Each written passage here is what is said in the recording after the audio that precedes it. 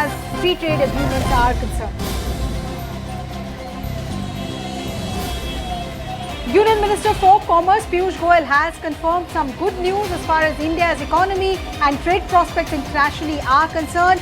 Free trade agreement with 4 nations of European Free Trade Association, Iceland, Liechtenstein, Norway and Switzerland to come into effect from 1st of October. That's what Union Minister of Commerce and Industry Piyush Goyal has confirmed at the Uttar Pradesh International Trade Show. India in trade talks with United States, New Zealand, Oman, Peru and Chile. Terms of reference with Eurasia has been finalized, is what the minister told the gathering. Pallavi Ghosh is here with me on the broadcast. Pallavi, just break this down for us. At a time when we are dealing with trade talks with US and the tariff tyranny, how will this impact India and its growth prospects in the economy?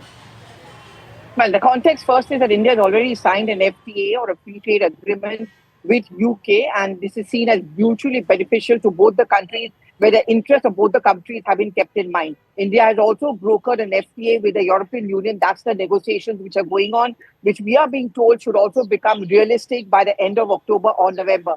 But the announcement of an FTA with the EFTA is huge. Look at the amount of countries who are involved in it. One of the largest trade alliances with countries like Poland, Liechtenstein, and so on and so forth. And again, the focus is going to be on protecting India's interests. It has been in the works, really, Arunima. For quite some time, negotiations have been going on. And the government was very, very positive about the fact that this free trade agreement is going to be signed by EFTA. And with the Commerce Minister himself now announcing it officially, it's a huge stride forward, I would say, as far as India's economic growth story is concerned. And second, as far as its trade politics and trade tariff policies are concerned.